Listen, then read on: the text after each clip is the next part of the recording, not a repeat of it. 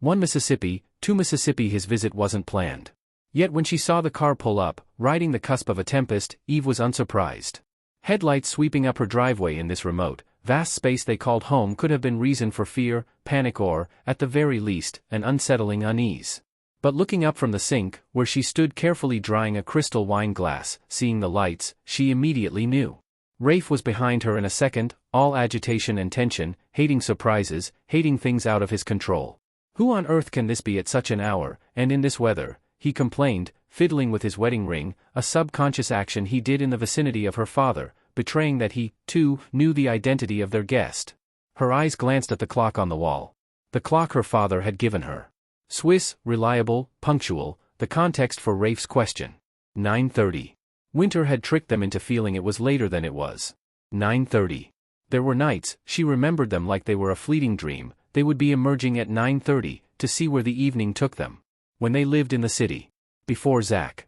"It's Papa," she told him, calmly. "He told you he's coming?" Rafe asked, in his sharp, unmistakable tone of annoyance. "No," she said, meeting his tone with her own, breezy one. "Then how do you know it's him?" Rafe squinted out into the drive. The car had cut its lights. Darkness clothed it, make and model lost to the navy depths of the outside world. Its inhabitants sitting inside, their identity not yet revealed. "I just do," she replied. And she did. Of course it was him. Of course he'd come here. After everything that had happened, where else could he go? Placing the wine glass carefully on the sideboard, she moved towards the door, noting with concealed amusement Rafe's obsessive tidiness as her other senses read what her eyes couldn't see, him picking up the glass and returning it to the place it belonged, hanging above the island in the middle of the kitchen. Even with a surprise guest, even with the only people here being family, he couldn't bear for one facet of the house to be out of place. Opening the door offered an exchange. Light spilled from the house into the inky night, and in return the howling wind battering the outdoors sent its cruel breath into their hallway. Eve stood in the space in between. Dark and light. Cool and warm. Family born and family chosen. The car door opened and a stooped figure eased itself onto the driveway. Older than when she'd last seen him, but still, unmistakably him. Her father. Rafe hovered behind her, noiselessly, but she could feel his presence nonetheless. His manners and breeding took precedence over his response to Papa turning up. There would be bags in the car, he was there to fetch them, to help. To welcome his father-in-law into the house, despite his reservations, despite the threat brewing. "Hello Daddy," she said, as he shuffled within hearing range. "Sir," Rafe said, nodding. Still so formal. Still so afraid. Her father nodded his response to Rafe first, then turned his attention to Eve. "Hello Pumpkin," he said, and the weariness in his voice broke her heart. "Is it okay if I stay for a few days, wait out this storm?" She nodded, stepping back to invite him into their home. As soon as his foot stepped over the threshold, the clouds broke, as though someone slit the skin of a water balloon, and rain gushed to the land. They were castaways now, bound inside together. A flurry of activity whirled around them like a mini tornado as Rafe fetched the bags, took them in, shut the door, and threw another log on the burner. His movement seemed double, triple pace even, to theirs. He'd swept past her, a hooded figure in his Macintosh, rushing in a way that still managed to look managed. Rafe, who even in a crisis let his Britishness spill from every pore. Eve simply took the old man's arm, linking it with her own, and walked his bent figure to the dining room table. The crystal glasses she'd just cleaned were picked once again from the rack above the kitchen island. Rafe reached for a bottle of red, it was unspoken between them. They knew there was a story to be told, and silently, put everything in place to create the setting. Her father, leaning back in the chair at the head of the table, head haloed by the glow from an overhead light, had aged a decade in the months since she last saw him. She suspected that had all taken place today. As the news broke, as the accusations whirled on the air. "Where's my buddy?" Of course, Zach. His pride and joy. Thank goodness he was in bed. With the squall rattling overhead, it would mute the sound of voices in this room. She didn't want him here. Didn't want him to hear this. To witness this. Buddy, that was her dad's name for Zach. Her only child. His only grandchild. They had taken so long to bond. Her father, a creature from a different era, unable to understand the things that brought joy to Zach's world. His critical edge, slicing like a knife through Zach's hobbies and passions, cut their relationship into tatters. It had been Christmas, 6 years ago when it finally turned around. The Venn diagram of their interests, her father, normally so serious, so concerned with the news and current affairs, no time for whimsy, had an Achilles heel in the comedy of Robin Williams, and Zach, with his newfound love for museums and artifacts, both settling down on Boxing Day to watch night at the museum. Both tickled by that line, "There's a storm coming, buddy," and chanting together, "It's on your watch." Years of butting heads and misunderstandings smoothed over by that one shared experience. Their new greeting, whenever Papa visited, a call and answer reminiscing that moment. Him, pointing at Zach, "There's a storm coming, buddy," he would pronounce, in mock seriousness. "And it's on your watch," Zach would answer, then run into the waiting arms of his favorite grandparent. Eve couldn't remember seeing her dad so animated. In real life, it was different to the glow he exuded on the TV, that gravitas and charm oozing from the screen. Over the years, Zach had gone from a cute, lisping little boy to a cheeky, cheerful preteen. Even now, transitioning into those difficult teenage years, finding mom and dad cloying and annoying, he still greeted his grandpa in the same way. Their little in-joke, brimming with pride when he was called Buddy. Her dad had always shown a knack for making people feel special with his little nicknames. Something she'd observed as harmless, that came into a different light under the glare of the accusations this morning's news had pronounced. When she was 16, Eve had accompanied him to the studio. Work experience dictated a week learning a trade. Before Nepo babies were a known entity, it had seemed obvious to bring her to the hallowed site of her father's domain. She learned nothing useful about work all week, but that hadn't been his goal. It had been a showcase. To see his importance, to recognize his authority. Trailing him as he walked through the office like a diplomat on a stately visit rather than an employee coming to work for the day. He knew all the men by name, often stopping to handshake or share a joke with them. The women he called love, sweetheart, darling. It seemed innocent. Like a cuddly uncle. Straining as she thought back, Eve tried to see through the fog. Had it been creepy? Inappropriate? Or was her father, as he was claiming, a victim of malice, whose kindnesses were twisted against him? At the station he'd been popular. People wanted a piece of him. Eagerly queued up to meet her and tell her how much they loved her dad. He'd brushed it off, humbly, although she could tell he was pleased as punch at the adulation. He'd wanted to introduce his daughter to his special friend, Wendy the Weather Girl. It was the highlight of Eve's week. Everyone knew and loved Wendy the Weather Girl. She was a national icon. A girl next door who was everyone's friend.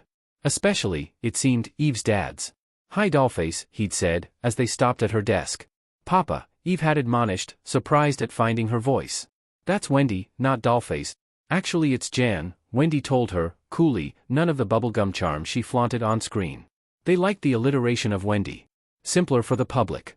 "But don't worry honey, your daddy can call me whatever he wants," she said, with a wink.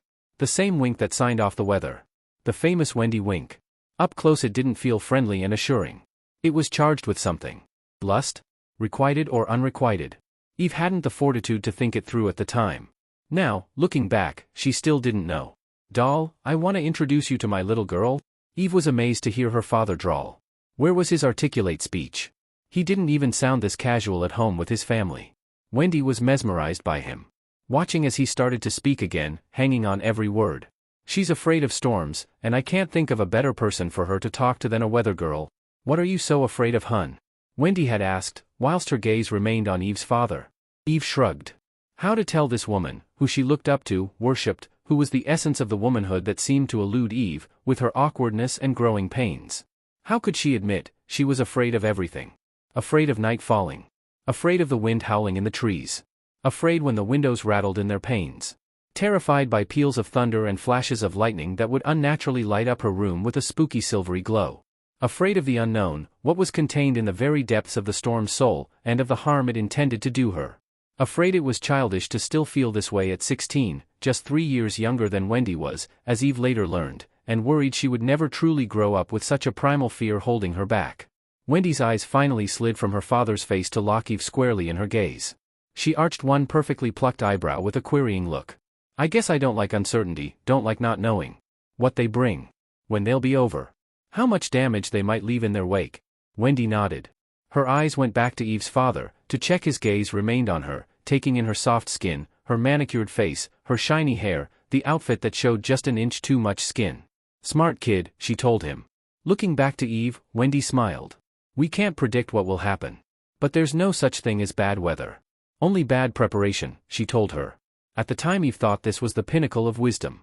Every step she took in her life from that day forward was prepared, thought through, had backup plans, and contingencies.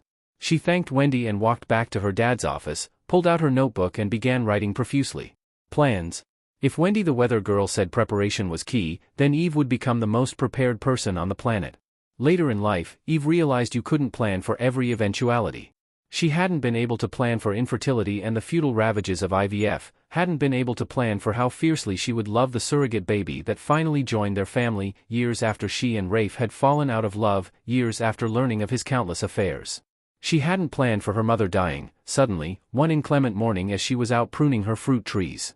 And she hadn't been able to plan adequately for tonight's storm. Or storms. For one, they'd nailed planks of wood across the windows on the eastern side.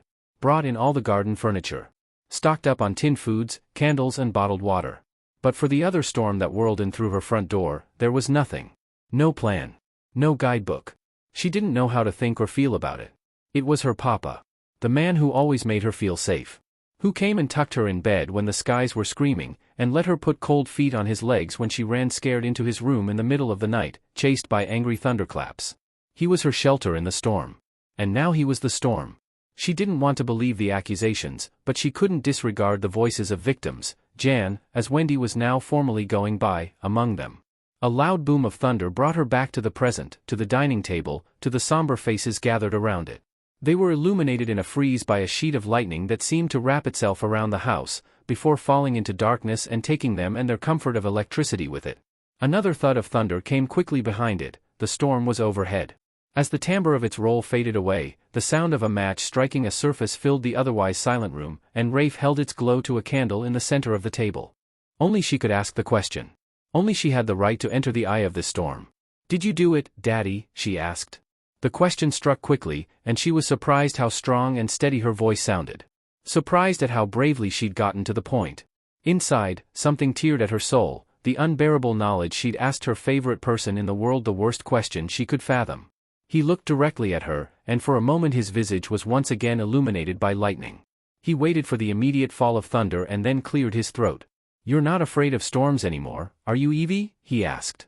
She shrugged. "No, you're not," he concluded. "I've been watching you since I arrived. You haven't jumped once. Haven't been on edge. Nothing surprises you anymore. Some things still have that power," she warned. He nodded, understanding. Is it real? Is it about to hit our lives, to upend us, and throw us into the maelstrom?"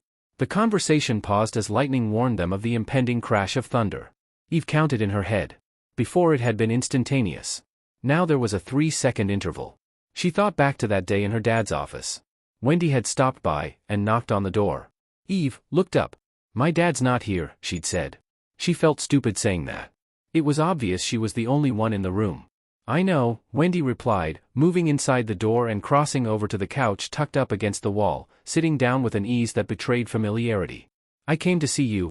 Wendy looked around, as if checking no one was there, and shyly dropped her gaze to the floor. In that moment, Eve could see the girl she had been, could see she was still in there, underneath the glamour, the makeup, the too tight clothes and shiny red nails. "I'm afraid of storms too," she confessed, looking quickly up at Eve with a guilty half-smile, then back down again. "You are?" Eve couldn't believe it. She felt a kinship with Wendy, touched that she'd shared her secret with Eve. "Yep, not all of them. But I really hate thunder and lightning. It's why I became a weather girl. So I'd know what to expect, understand them better." "Know thine enemy," Eve had quoted, then felt embarrassed for being so uncool. "Sure, whatever. There's a trick to thunder and lightning storms," Wendy explained. "You need to count, 1 Mississippi, 2 Mississippi and so on, in between the lightning strikes and thunder crashes. The number of seconds between them tells you how far away the storm is. 1 second for each mile. That way, you can tell when it's going to be directly overhead, and know when it starts to move away, when you're safe again. 1 Mississippi, 2 Mississippi? Exactly, kid. You got it?" She stood up and was once again the confident, self-assured woman Eve had met earlier that day. "Well, be seeing you," she'd said. Had her tone been hopeful? Whatever it had been, that was the last time Eve saw Wendy face to face. She hadn't been on the weather much longer either. About 6 months later she'd gone off air, her departure shrouded in mystery. Eventually Eve stopped looking for where else she might turn up. That face she'd watched, worshipped, left her screens. Until that face alerted her to the troubles coming her way, that morning, on the news. Not telling the weather, not warning of the tropical storm swirling towards their peninsula, but an older, sadder woman named Jan, naming Eve's father as an abuser. Eve looked up, back into her father's eyes. "The storm is passing on. It's 3 miles away," he informed her. So Wendy taught him that little trick too. What's going to happen next, Papa? She asked. They both knew she wasn't talking about the weather. There's a storm coming, he admitted, sighing, and that very sigh told her everything she needed to know. She nodded, and in the absence of Zach, quoted his line. And it's on your watch?